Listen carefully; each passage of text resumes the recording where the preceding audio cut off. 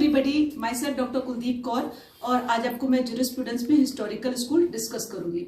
देखिए, historical school का मतलब, पहले आप हिस्टोरिकल का मतलब समझिए। Historical is based on history. ये ऐतिहासिक विचारधारा किस पे आधारित है? इतिहास पे। और इतिहास का मतलब क्या होता है? हिस्ट्री का सहारा जूरिस्प्रूडेंस में क्यों लिया जाता है? स्टडी ऑफ पास्ट इवेंट्स, भूतकालीन घटनाओं का ज्ञान। हम पास्ट में पता करते हैं कि पास्ट में कौन कौन से लीगल इंस्टीट्यूशन थे, और हम पास्ट के लॉज पता करते हैं और उनमें जो लॉ में कमियां होती हैं उन कमियों को हम रिमूव करते हैं और प्रेजेंट में नए नए लॉज को बनाते रहते हैं। जैसे कि एक जूरिस्ट की बात कहते हैं, jurisprudence is blind without the history. विधि शास्त्र इतिहास के अभाव में अंधा है। अगर हम हिस्ट्री का सहारा नहीं लेंगे तो हम जूरिस्प्रूडेंस को भी जल्दी से समझ नहीं पाएंगे। तो सबसे पहले हिस्टोरिकल स्कूल के फादर कौन है आपको बता दें। हिस्टोरिकल स्कूल के फादर हैं सर फ्रेडरिच कॉलवॉल सेवेग्नी। इनका पूरा नाम है फ्रेडरिच कॉलवॉल सेवेग्नी। और इन्होंने थ्योरी कौन सी दी है? वॉकजिस्ट। वॉकजिस्ट का मतलब होता है पीपल विल्स, पीपल कॉन्शियसनेस, लोगों की चेतना, लोगों का अंतर्मन।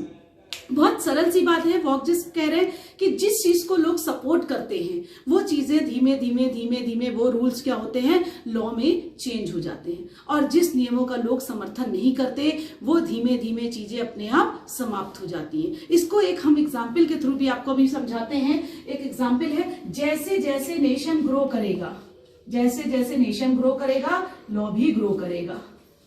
नेशन की प्रोग्रेस स्टॉप होगी, लॉ की प्रोग्रेस भी स्टॉप हो जाएगी। नेशन डिस्ट्रॉय होगा, लॉ भी डिस्ट्रॉय हो जाएगा। बिल्कुल सिंपल सी बात मैंने कही कि जैसे जैसे नेशन ग्रो करेगा लॉ भी ग्रो करेगा।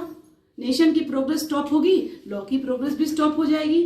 अगर नेशन डिस्ट्रॉय होगा लॉ भी डिस्ट्रॉय हो जाएगा। इसका मतलब हमेशा लॉ किसके साथ चलता रहता है? नेशन के साथ चलता रहता है। लॉ, नेशन की प्रोग्रेस, लॉ की प्रोग्रेस। तो हमेशा हिस्टोरिकल स्कूल इसी बात पर जोर देता आया है कि लॉ की प्रोग्रेस किस पे डिपेंड है? नेशन पे डिपेंड है। और जिस चीजों को लोग अंतर्मन में स्वीकार कर लेते हैं वो चीजें अपने आप धीमे धीमे करके रूल्स में और फिर लॉ में चेंज हो जाती हैं। और जिस चीज को लोग एक्सेप्ट नहीं करते हैं वो धीमे धीमे अपने आप समाप्त हो जाती हैं। फॉर एग्जाम्पल के लिए कुछ एक्ट बिल्कुल सक्सेसफुल नहीं हो पाए क्योंकि उनको लोगों ने, वो एक्ट तो बन गए लेकिन लोगों ने उनको अंतर्मन से स्वीकार नहीं किया। उन लॉज में आज भी बहुत सारी कमियां दिखाई पड़ती हैं, बहुत सारे चीजें आज भी अपडेट होती रहती हैं। इसी तरीके से एक वर्ड और इन्होंने यूज किया है, लाइक ए लैंग्वेज। अब लॉ को लैंग्वेज से कंपेयर कैसे क्यों कर रहे हैं? लैंग्वेज का मतलब क्या होता है? भाषा। जब कोई एक बच्चा छोटा सा पैदा होता है तो सबसे पहले वो भाषा बोलता है, कुछ अपनी लैंग्वेज बोलता है, कुछ शब्दों को बोलना सीखता है, मम्मा पापा, कुछ अपने वर्ड्स अपनी फैमिली मेंबर्स को बोलना सीखता है। लेकिन जैसे जैसे वो बड़ा होता है, स्कूल जाता है, स्कूल की लैंग्वेज सीखता है, अपने दोस्तों की बातों को सीखता है और धीमे धीमे करके वो कई ऐसी बातें सीख जाता है जो हमें लगता था कि वो कैसे सीखेगा। क्योंकि जब एक बच्चा पैदा होता है तो हम बड़ा वरीड से होते हैं कि वो कैसे जानेगा, सोसाइटी में कैसे इंटरेक्ट करेगा, लैंग्वेज को कैसे जान पाएगा। लेकिन हम देखेंगे कि जैसे जैसे सोसाइटी में वो धीमे धीमे उसका ग्रो होता है वैसे वैसे उसकी लैंग्वेज भी अपने आप ग्रो कर जाती है। जस्ट लाइक ए लैंग्वेज की तरह होता है लॉ। लॉ भी क्या करता है? सोसाइटी में इतना मिक्स हो जाता है, जैसे जैसे लैंग्वेज ग्रो करती है वैसे वैसे लॉ भी ग्रो करता रहता है। लॉ का भी धीमे धीमे विकास होता रहता है। पहले जो चीजें नहीं थी वो आज हैं, जो आज हैं वो शायद भविष्य में नहीं होंगी। फॉर एग्जाम्पल के लिए कि जब माता पिता का सम्मान करना एक धर्म था, नीति थी हमारा, लेकिन धीमे धीमे हिस्ट्री में हमने देखा कि वो संस्कार था, हमारे वेदों में लिखा था, हर जगह लिखा हुआ था। लेकिन क्या हुआ? धीमे धीमे कहीं ना कहीं हमने उनकी प्रॉपर्टी को लिया और धीमे धीमे वो लॉ के रूप में क्या हो गया? गार्जियनशिप एक्ट आ गया। एकदम से सोसाइटी में कोई चीज नहीं आती है। लॉ धीमे धीमे विकास करता है, धीमे धीमे ग्रो करता रहता है। कुछ चीजें वो सोसाइटी से ही सीखता है। अब डाउरी एक्ट बहुत समय से है लेकिन आज भी हम कहते हैं उसमें बहुत सारी कमियां हैं, उसमें आज भी अपडेट की जरूरत है। तो आप जब हिस्टोरिकल स्कूल को याद करेंगे तो सबसे पहले आपको याद होना चाहिए फ्रेडरिच कॉलवॉल सेवेग्नी सबसे पहले फादर हैं स्कूल के। थ्योरी कौन सी दी है? वॉकजिस्ट।